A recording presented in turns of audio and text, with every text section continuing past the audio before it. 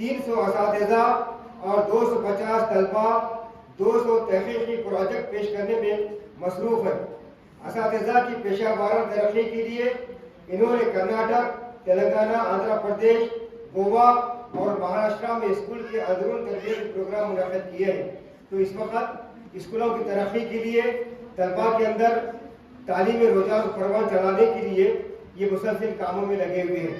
آج کی ہماری جو یہ پیرنٹنگ کلاس ہے، اس کی اہمیت کا اندازہ یہ لگائیے، ہر پیرنٹس یہ چاہتا ہے کہ ہمارا بچہ کامیاب ہو جائے، ہمارا اپنے بچے کا مستقبل روشن ہو۔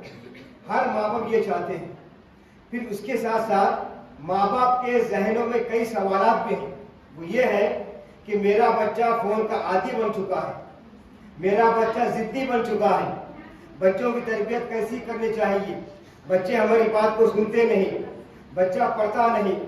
ایسے بہت سارے سوالات آپ کے ذہن میں ہیں، اور ان سوالات کو لے کر آپ یہ دیکھنا چاہتے ہیں کہ ہمارا اپنا بچہ کا روشن مستقبل ہو جائے، یعنی کہ اس کا مستقبل روشن ہو جائے۔ ہر ایک پیرنٹ کی یہ سوچ ہے۔ لیکن اس کے ساتھ ساتھ کبھی ہم اپنے بچوں کے سامنے ایسی نیگیٹو باتیں کرتے ہیں جس سے بچہ ڈپریشن میں آتا ہے یا پھر مایوسی کا شکار ہوتا ہے۔ جیسے دیکھ تیرے خالہ کا بچہ کتنا 99% لائے اور تو 0% لائی، یا اس بچے کی تعریف کرتے ہیں اور ہمارے بچے کو ہم خود ہمارے بچے کے سامنے اس کو ڈپریشن میں ڈال دیتے ہیں۔ اگر ہمارے گھر میں کوئی رشتہ دار آتے ہیں تو ہمارے ان رشتہ داروں کے سامنے بچوں کی تعریف کرنے کے بجائے دیکھ وہ بچہ کیسا تو کیسا ہے، وہاں پر بچہ بگڑ جاتا ہے۔ تو ایسے بہت سارے مسائل ہیں۔ ان مسائل کو حل کرنے کے لیے یہ پیرنٹنگ کلاس رکھی گئی ہے۔ انشاءاللہ ہمارے مہمان محترم عبداللہ جابر صاحب آپ کے سامنے کچھ ٹپس رکھیں گے، اور آپ کے ذہن میں جو سوالات ہیں سوالات کیجئے، انشاءاللہ تشفی بخش جوابات آپ کو ملیں گے۔ میں اتنی بات کہتے ہوئے اپنی بات کو ختم کرتا ہوں۔ وآخر دعوانا الحمدللہ رب العالمین۔ Thank you so much, sir, for your words, contained words. Now may I request to Yunusuddin sir for short question and growth presentation.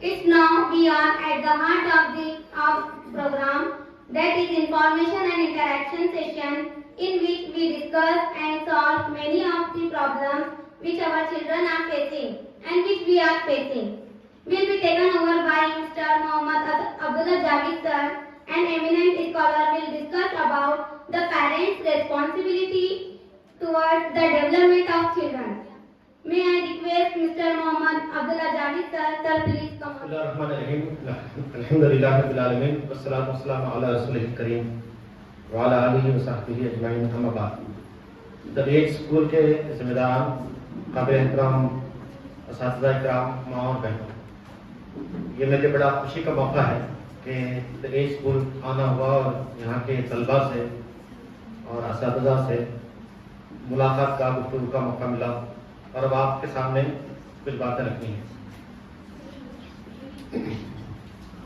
دیکھیے، اللہ تعالیٰ نے ہم سب کو اولاد سے نوازا ہے، اور ہم سب کی یہ خواہش ہے کہ ہماری اولاد کامیاب ہو اور ان کی زندگی خوشگوار ہو۔ اس معاملے میں ہم سب ایک ہیں، نہ صرف ہم بلکہ کہیں بھی آپ کسی بھی والدین سے پوچھیں تو وہ یہی بات رکھتے ہیں کہ ہم اپنی اولاد کی بہتری چاہتے ہیں، ان کی کامیابی، ان کی ترقی چاہتے ہیں۔ تو ہمیں یہ دیکھنا چاہیے کہ یہ کیسے ممکن ہے۔ کیا اسکول بھیجنے سے ممکن ہے؟ کیا اسکول بھیجنے کے علاوہ ہم اپنے گھر میں کچھ انتظام کریں؟ اس میں بحیثیت والدین کہ ہمارا کیا رول ہو؟ بچوں کی جو سرگرمیاں ہیں، ان کی جو ایکٹیویٹیز ہیں، ان کو ہم کیسے مانیٹر کریں، کیسے ان کی نگرانی کریں؟ اساتذہ کے ساتھ ہمارا کس طرح کا تعلق ہو؟ تو مطلب یہ ہمیں سوچنا چاہیے کہ وہ کیا کام ہے جن کے کرنے سے ہمارے بچے اچھے بن سکتے ہیں. بچوں کی تربیت کے لیے، بچوں کو ایک خوشگوار زندگی دینے کے لیے یہ پہلے ضروری ہے کہ ہم طے کریں کہ ہم چاہتے کیا ہیں. ہم یہ چاہتے ہیں کہ جس طرح سے اللہ تعالیٰ نے دنیا میں ہم کو ایک ساتھ رکھا ہے، جنت میں بھی ہم ایک ساتھ رہیں. ہر والدین کی یہ تمنا و خواب ہو کہ نہ صرف یہ کہ ہمارا ساتھ دنیا میں رہے بلکہ جنت میں بھی رہے. اور ایسے ہی ہوتا ہے کہ اللہ تعالیٰ جب کسی کو اس کا نامہ عمل دیتا ہے سیدھے ہاتھ میں، تو اللہ تعالیٰ کہتا ہے وَيَنْقَلِبُ إِلَىٰ أَهْلِهِ مَسْرُورًا، کہ وہ اپنے گھر والوں کی طرف دوڑتا ہوا جائے گا خوشی خوشی. وہ ہم میں سے کوئی بھی ہو سکتا ہے، جو بھی نیک ہوگا وہ اپنے والدین کی طرف دوڑتا ہوا جائے گا. جس طرح سے ہمارے بچے پاس ہونے کے بعد ماسک کارڈ دکھانے کے لیے ہمارے پاس آتے ہیں، جتنا اچھا ان کا رزلٹ ہوگا اتنی زیادہ خوشی سے وہ ہم کو بتاتے ہیں کہ وہ کامیاب ہوئے. تو آخرت میں بھی اللہ تعالیٰ جب ہم کو ہمارا رپورٹ کارڈ دے گا سیدھے ہاتھ میں، تو ہم بھی اپنے والدین کی طرف دوڑیں گے خوشی خوشی. تو وہ اصل ہونا چاہیے پیشن. دنیا تو ظاہر بات ہے چند دنوں کی ہے، ابدی جو زندگی ہے ہمیشہ کی وہ آخرت کی زندگی ہے. تو یہ پیش نظر ہے کہ ہمارے بچے جنتی بچے بن جائیں. یہاں سے تربیت کا آغاز ہوتا ہے کہ جب ہم یہ چاہتے ہیں کہ آپ کے بچے جنتی بنیں تو ظاہر بات ہے آپ کو بھی اس طرح سے بننا پڑے گا. اس لیے اللہ تعالیٰ یہ کہتا ہے کہ اپنے آپ کو بھی اور اپنے بچوں کو بھی جہنم کی آگ سے بچاؤ. وَأَنفُسَكُمْ وَأَهْلِكُمْ نَارًا، اپنے آپ کو بھی اور اپنے بچوں کو بھی جہنم کی آگ سے بچاؤ. مطلب یہ ہے کہ اپنے آپ کو بھی جنت کا مستحق بناؤ اور اپنے بچوں کو بھی جنت کا مستحق بناؤ. جہنم سے بچیں گے تو ظاہر بات ہے جنت ہی میں جائیں گے. تو یہ اثر ہمارے سامنے ہونا چاہیے کہ ہم دنیا میں بھی کامیاب ہونا چاہتے ہیں اور آخرت میں بھی کامیاب ہونا چاہتے ہیں. تو اس کے لیے ہمارے بچوں کی تربیت بہت ہی کڑی نگرانی میں ہونی چاہیے اور یہ ہم اپنی ذمہ داری سمجھیں کہ بچوں کی اچھے انداز سے تربیت کریں. اور کسی اسکول کو بھیجنے سے، کسی مدرسے کو بھیجنے سے، کسی عالم دین کو گھر میں بلانے سے، کسی مسجد میں بھیجنے سے تربیت کا کام پورا نہیں. جب تک کہ بحثیت ماں اور باپ کے ہم اپنے بچوں کے لیے رول ماڈل نہ بنے، ہمارے بچوں کی صحیح انداز سے تربیت نہیں ہو سکتی. وہ تو فرق دیتے ہیں، باہر مجھے اس طرح سے بتاتے ہیں لیکن گھر میں میرا الگ معاملہ ہے. باہر سے کہا جاتا ہے کہ جھوٹ نہیں بولنا چاہیے، گھر میں جھوٹ بولا جاتا ہے. باہر سے کہا جاتا ہے کہ نمازوں کی پابندی کرنی چاہیے، گھر میں نمازوں کی پابندی نہیں ہوتی. تو جب تک کہ والدین رول ماڈل نہ بنے بچوں کی صحیح انداز سے تربیت نہیں ہو سکتی. تو ہم اپنے بچوں سے یہ کہتے ہیں کہ اچھے اخلاق کے بنو، تو مطلب یہ کہ ہم کو بھی اچھا اخلاق کا ہونا چاہیے. جب ہم اپنے بچوں سے کہتے ہیں کہ وقت کی پابندی کرو تو ہم کو بھی وقت کی پابندی کرنی چاہیے. جب ہم اپنے بچوں سے کہتے ہیں کہ نماز پڑھو تو ہم کو بھی نماز پڑھنا چاہیے. جو کہتے ہیں اگر وہ نہ کریں تو بچوں کی تربیت نہیں ہو سکتی اور بچے اثر بھی نہیں لیں گے. تو پہلی بات یہ ہے کہ ہم اپنے بچوں کے لیے رول ماڈل بننے کے معنی یہی ہے کہ گھر میں ہمارے تربیت کا ایک بڑا ہی فطری ماحول ہونا چاہیے. بٹھا کے سمجھانا بھی تربیت ہے. اور جب بھی کوئی چیز آپ دیکھیں اگر اچھی ہے تو آپ اپریشیٹ کریں، ہمت افزائی کریں، کچھ انعام وغیرہ دیں. اور اگر کسی نے کچھ غلط کام کیا تو فوراً اس کو روکیں. بچوں کی تربیت کے لیے دوسری بات اہم یہی ہے. پہلی بات تو یہ کہ ہم رول ماڈل بنے، ہم اچھے بنے ہر لحاظ سے، وقت کی پابندی کے لحاظ سے، نمازوں کو پڑھنے کے لحاظ سے، ذکر و اذکار کے لحاظ سے، دعاؤں کے لحاظ سے، ملنساری کے لحاظ سے. جو اچھائیاں ہو سکتی ہیں ان کا ہم نمونہ بننے کی کوشش کریں. یہ پہلی بات ہے. اسی کے مطابق بچوں پر اثر پڑتا ہے. دوسری بات یہ ہے کہ گھر میں تربیت کا فطری ماحول بننا چاہیے. فطری ماحول بننے کے معنی یہ ہے کہ اگر کوئی اچھا کام ہو تو ہم اس کو اپریشیٹ کریں، ہمت افزائی کریں. اگر کسی نے نماز پڑھی تو آپ اس کو دعائیں دیں. اگر کسی نے گھر کا کوئی کام کیا ہے تو آپ اس کو اس کی ہمت افزائی کریں. دوسرے بچوں کو بتائیں کہ اس نے کام کیا ہے. اگر کسی نے کوئی غلط کام کیا ہے تو فوری بتائیں کہ اس نے غلط کام کیا.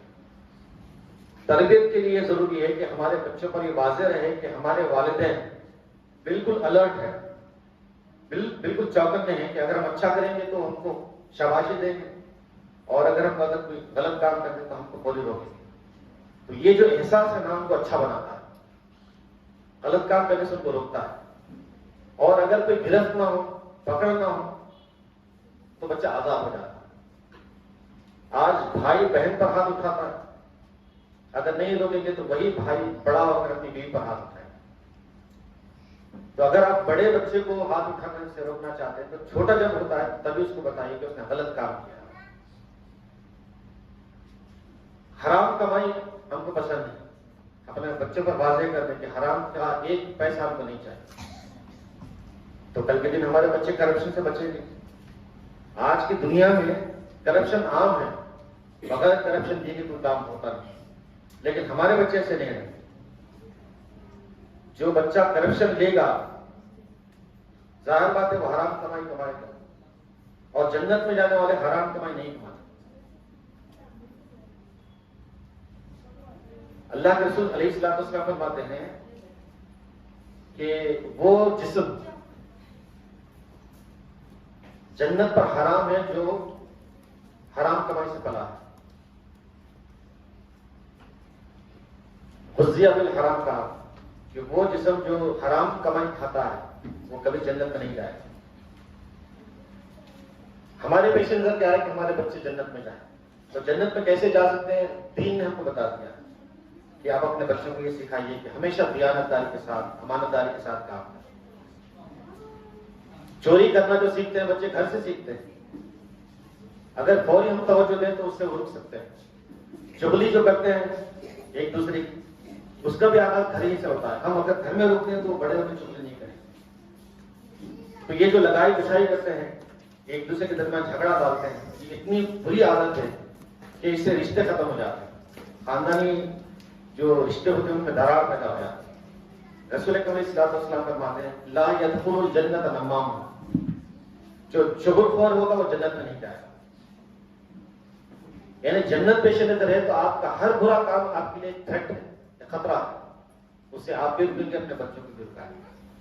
معمولی بات لگتی ہے کہ کوئی کسی کے بارے میں کہہ رہا ہے، ہم کو خیال بھی نہیں ہوتا کہ یہ گناہ ہے، لیکن یہ اتنا بڑا گناہ ہے۔ رسول اکرم علیہ الصلوۃ والسلام فرماتے ہیں کہ وہ جنت ہی میں نہیں جائے گا جو ایک دوسرے کے پیچھے اس طرح کی بات کرتا ہے۔ تو یہ ہمارا اپنا طریقہ ہونا چاہیے گھر میں کہ بچے جب بھی کوئی اچھا کام کریں ہم ان کو بہت زبردست شاباشی دیں، ان کے حق میں دعائیں دیں، اور اگر کوئی برا کام ہوتا ہے، غلط کام ہوتا ہے اور ان کو روک دیں۔ مطلب یہ ہے کہ ہمارے گھر میں کلیئر ہونا چاہیے، واضح رہنا چاہیے کہ ہم کو کیا پسند ہے اور کیا پسند نہیں۔ یہ تیسری بات ہے۔ تیسری بات یہ ہے کہ ہمارے بچوں پر واضح رہے کہ ہم کیا چاہتے ہیں کیا نہیں چاہتے۔ اگر ہمارے بچے اس پر کاربند ہو جائے، اس کی پابندی کریں، بہت بڑے بن سکتے ہیں۔ دیکھیں شیخ عبد القادر جیلانی رحمۃ اللہ علیہ تم جانتے ہیں، قیامت تک لوگ ان کو جانیں، ان کا نام لیں گے۔ ان کی جو ولی صفت شخصیت ہے کیسے بنی؟ ان کی ماں نے کہا تھا کہ بیٹا کچھ بھی ہو جائے تو کچھ جھوٹ نہیں بولنا، صرف ایک بات کہ کچھ بھی ہو جائے جھوٹ نہیں بولو، سچ سے کام کرو۔ تو ایک بات کی اگر پابندی نہیں کرتا ہے تو ولی صفت انسان بنتا ہے۔ اگر ہمارے بچے تمام باتوں پر عمل کریں جو ہم چاہتے ہیں تو آپ سمجھ سکتے ہیں کہ وہ کیسے بنے۔ تو ہمارے گھر میں ہی ہماری جنت ہے۔ اگر ہم توجہ دیں تو ہمارے ہی گھر میں ہماری جنت ہے۔ صحابہ کرام نے پوچھا کہ ماں باپ کا اتنا حق ہے تو مطلب ہم کی خدمت کیسے کریں، کیسے جانے ان کا حق کیا ہے؟ تو آپ نے فرمایا ہما جنت کا وہ نام، وہ دونوں تمہارے یا تو جنت ہے یا تو دوزخ ہے۔ بچوں کے لیے ماں باپ یا تو جنت ہے یا تو دوزخ ہے، یعنی یہ کہ آپ یا تو بچوں کو جنت میں لے جا سکتے ہیں یا تو جہنم میں لے جا سکتے ہیں، دونوں کے بیچ کی کوئی جگہ نہیں ہو سکتی۔ تو فیصلہ ہمارے اختیار میں ہے۔ آپ ذرا سوچ کے دیکھیے یہ کام صرف اسکول بھیجنے سے ہو سکتا ہے کیا؟ ہم کو اپنے گھر میں اس کا ماحول بنانا چاہیے، اور وہی اصل میں تربیت ہے۔ اور یہ ماحول جو ہے فطری ہونا چاہیے، جیسا کہ کہا گیا کہ جب بھی آپ کوئی خرابی دیکھیں فوری روک دیں۔ حضرت عائشہ رضی اللہ عنہا نے ایک مرتبہ دیکھا کہ بچیاں جو ہے نا بغیر دوپٹہ اوڑھے کے نماز پڑھ رہی، تو آپ نے منع فرمایا کہا کہ بچوں کو چاہیے کہ وہ دوپٹہ اوڑھ کے نماز پڑھیں. حضرت رسول اکرم علیہ السلام نے ایک مرتبہ دیکھا کہ حضرت فاطمہ رضی اللہ عنہ کے گھر کے پردوں پر کچھ تصویریں لگی ہوئی، تو آپ گھر میں داخل نہیں ہوئے بلکہ وہاں سے واپس ہوئے. حضرت فاطمہ رضی اللہ تعالیٰ نے فوری دیکھ لیا کہ کیا وجہ ہے، تو معلوم ہوا کہ پردوں کو آپ نے دیکھ لیا، فوری پردے انہوں نے نکال دیے اور تکیے کے وہ جو غلاف ہوتا ہے نا وہ بنا لیا. تو والدین کا یہ رویہ ہونا چاہیے کہ ان کے ایٹیٹیوڈ سے، ان کی نظروں سے بچے پہچان لیں کہ وہ کیا کر سکتے ہیں، کیا چاہتے ہیں. تو وہ ماحول بننا چاہیے. بار بار بولنا، مارنا، ایل فیل بکنا، اس سے بچوں کی تربیت نہیں ہو سکتی. آپ بچپن سے ہی توجہ دیں تو وہ وقت آئے گا کہ بچے آپ کے اشارے کو حکم سمجھیں. اشاروں کو حکم سمجھنے کی جو بات ہے نا، کوئی یہ فلسفیانہ بات نہیں ہے، یہ حقیقت ہے. لیکن یہ اس وقت ممکن ہو سکتی ہے جبکہ ہم اپنے گھر میں وہ ماحول تباہ کریں. اس لیے جیسے ہی اولاد کی تمنا ہوتی ہے تو دعا کی جاتی ہے. یعنی دین نے یہ سکھایا ہے کہ اولاد کے آنے کے بعد وہ تربیت کرتے ہی ہیں. یہ اس قدر اہم بات ہے کہ آپ اولاد کے آنے سے پہلے سے دعا کرو. اللہ تعالیٰ نے اس کا جو نمونہ پیش کیا پیغمبروں کے ذریعے سے. ربی حب لی من الصالحین کہتے ہیں پیغمبر کہ اے پروردگار ہم کو نیک اور صالح اولاد عطا. دنیا میں نہیں آئے ہیں لیکن دعا کرتے ہیں. حضرت ابراہیم علیہ السلام ہمارے سامنے کہ اے پروردگار میں نے اپنے بیوی بچے کو یہاں چھوڑ دیا ہے، کچھ بھی نہیں ہے یہاں، بے آپ کو یہاں میدان میں چھوڑ دیا. ربنا لیقیموا الصلاۃ، تاکہ وہ تیری نماز قائم کرے. تو یہ اصل ہونا چاہیے ہمارے اپنی اولاد کے سلسلے میں. دوسری بات جو ہے سلسلے میں وہ یہ کہ آپ بچوں کی تربیت کے سلسلے میں یہ بھی دیکھیں کہ وہ اسکول میں کس طرح سے پڑھتے ہیں. ایک تو تربیت کی بات کی، گھر میں اس طرح کا ماحول بنائیں، اپنے آپ کو اس طرح سے پیش کریں، اچھائیوں کو آپ انکریج کریں، برائیوں کا روک دیں. یہ تو آپ کریں گے انشاءاللہ. دوسری جو بات ہے وہ یہ ہے کہ ہمارے بچے اسکول میں کس طرح سے پڑھتے ہیں ہم کو معلوم ہونا چاہیے. کون سے سبجیکٹ میں وہ اچھے ہیں، کون سے سبجیکٹ میں وہ اچھے نہیں ہیں، کیا ان کے لیے دشواری ہے، کیا سمجھنے میں مشکل پیش آ رہی ہے، ان کی ہینڈ رائٹنگ کس طرح کی ہے، وہ اسکول میں کس طرح سے بیٹھتے ہیں، کس طرح سے پڑھتے ہیں، کون ان کے دوست ہیں، لنچ باکس جو لے جاتے ہیں وہ کتنا کھاتے ہیں، صبح کا ناشتہ ہوتا ہے کس طرح کا ہوتا ہے. یہ تمام باتیں جو اسکول سے ریلیٹڈ ہیں. ان کا ڈریس کیسا ہے، ٹیچرز کے بارے میں ان کی کیا باتیں ہیں، کس طرح سے ان ٹیچروں کو پیش کرتے ہیں، دوستوں کے بارے میں ان کی زبان کیسی ہے. یہ تمام باتیں ہم کو معلوم ہونی چاہیے. جتنی زیادہ انفارمیشن آپ کو ہوگی اتنا زیادہ آپ ان کی رہنمائی کر سکیں. اس میں یہ بات سرے سے نہیں ہے کہ ہم پڑھے لکھے کہ نہیں پڑھے، ان کو پڑھنا آتا ہو یا نہ آتا ہو، ہم بس نگرانی کے ذریعے سے سب کچھ جان سکتے ہیں، سمجھ سکتے ہیں. تو یہ دیکھیں کہ آپ کے بچے کس طرح سے پڑھتے ہیں، کیا دشواری کو پیش آ رہی ہے، کنڑا زبان کے بارے میں ان کا کیا ہے، میتھمیٹکس کے بارے میں ان کا کیا ہے، اور دیگر سبجیکٹس کے بارے میں کیا ہے، انگلش میں وہ کس طرح سے بات کرتے ہیں. انگلش میڈیم اسکول ہے تو آپ دیکھیں کہ آپ کے بچے انگلش میں بات کریں، کنڑا میں پڑھتے ہیں کنڑا میں بات کریں. تو یہ آپ چیک کریں اپنے گھر. لاک ڈاؤن جو ہوا تھا نا پورے انڈیا میں، گھر میں جو تعلیم تھی نا وہ فلاپ ہو گئی. ہوم اسکولنگ کا جو معاملہ تھا فلاپ ہو گیا. کیوں؟ کیونکہ گھر میں پڑھنے پڑھانے کا ماحول ہی نہیں تھا پہلے سے. لاک ڈاؤن آ گیا تو بعد میں گھر میں ہی پڑھانا چاہیے، لہذا آپ دیکھتے ہیں کہ بہت زیادہ ہو نہیں سکا پورے انڈیا میں.